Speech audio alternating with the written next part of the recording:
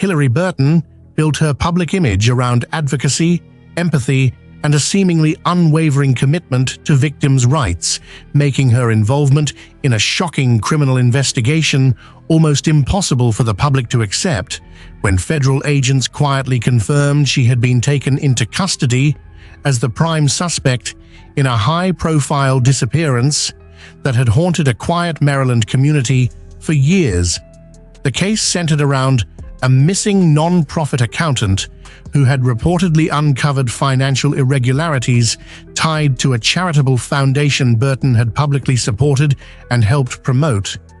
Investigators revealed that surveillance footage and recovered digital communications suggested Burton had been aware of the accountant's discovery long before the victim vanished, yet in televised interviews conducted months earlier, Burton had emotionally called for justice and harsher penalties against whoever was responsible, creating a chilling layer of dramatic irony that would later dominate headlines as detectives traced financial transactions and encrypted messages.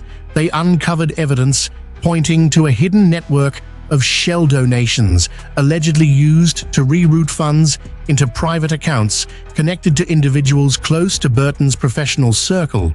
The power dynamic shifted dramatically when a junior forensic analyst uncovered metadata proving that a deleted message from Burton's personal device had been sent hours before the victim disappeared.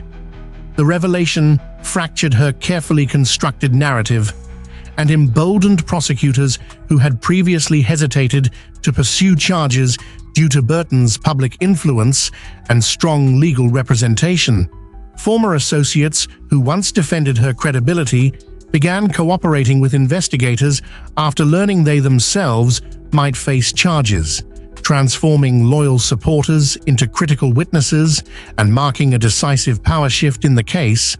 Courtroom proceedings exposed emotional testimony from the victim's family, who described years of unanswered questions and public doubt, while prosecutors presented a timeline demonstrating how Burton allegedly manipulated her public persona to deflect suspicion.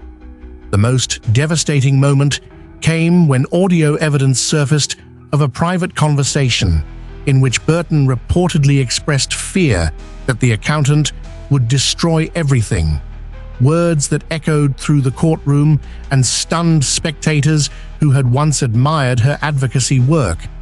Defense attorneys attempted to argue circumstantial interpretation, but the cumulative digital evidence, financial trails, and witness testimony steadily dismantled their strategy.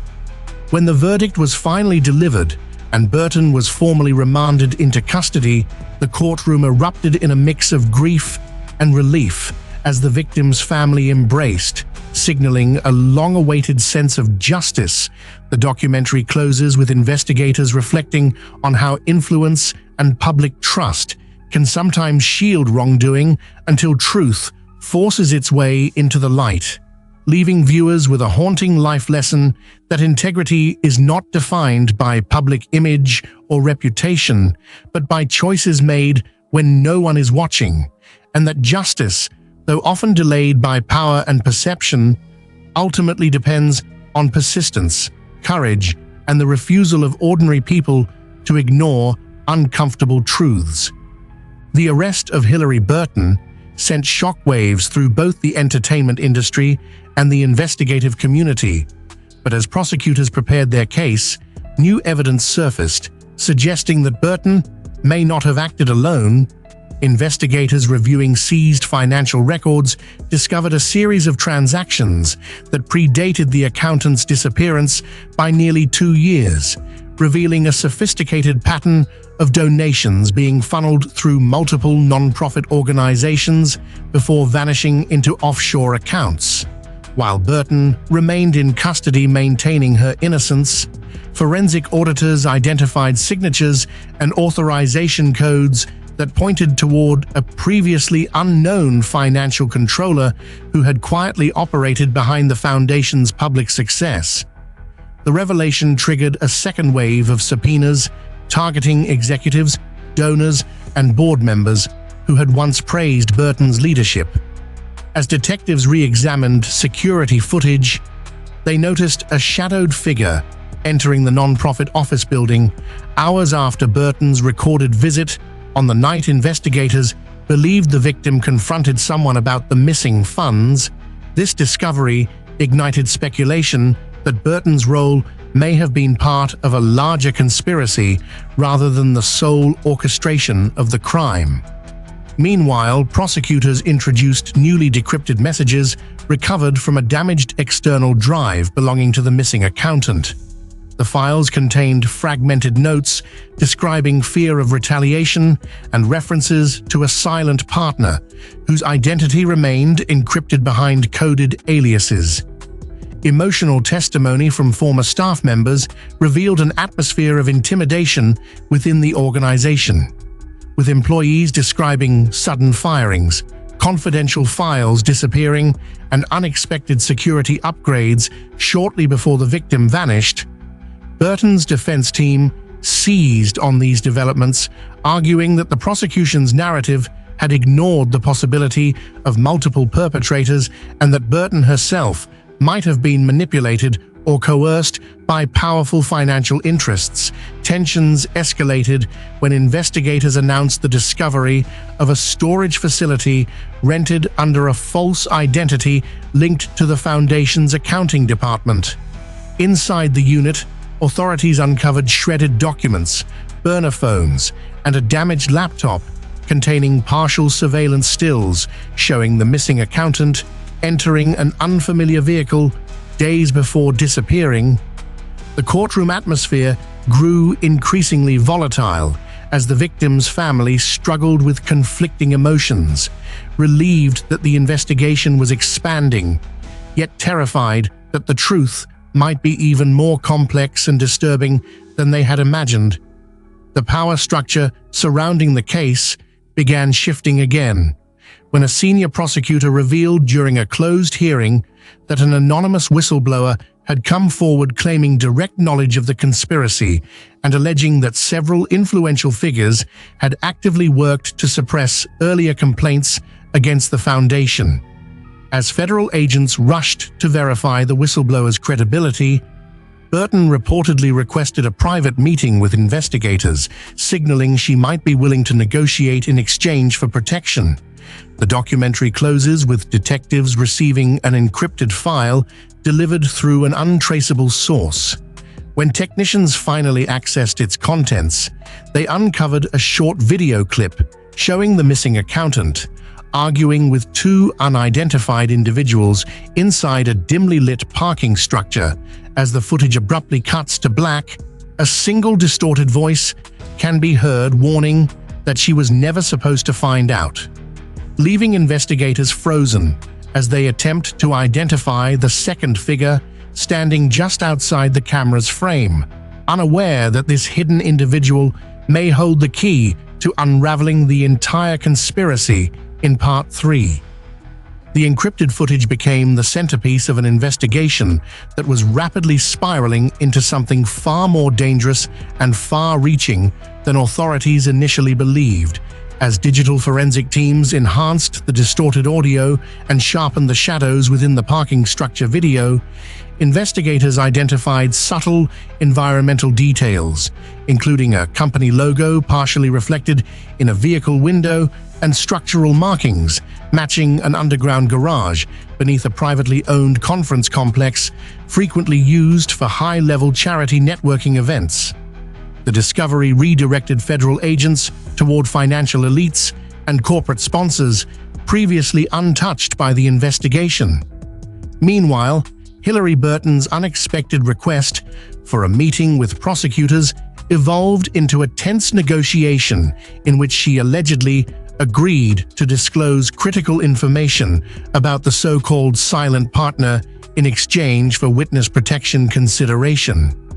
During a sealed testimony, Burton described how she was introduced to the financial controller through an exclusive donor advisory group that quietly influenced charitable funding decisions behind the scenes.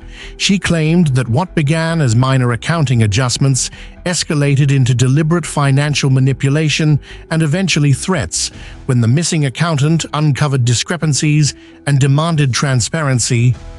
Burton's statement introduced the name of a powerful executive who had remained publicly detached from the foundation while privately authorizing high-risk financial diversions. As investigators executed coordinated search warrants across multiple corporate offices, they uncovered encrypted servers containing archived communications outlining a contingency plan labeled Containment Protocol, which detailed strategies for discrediting whistleblowers and suppressing internal audits.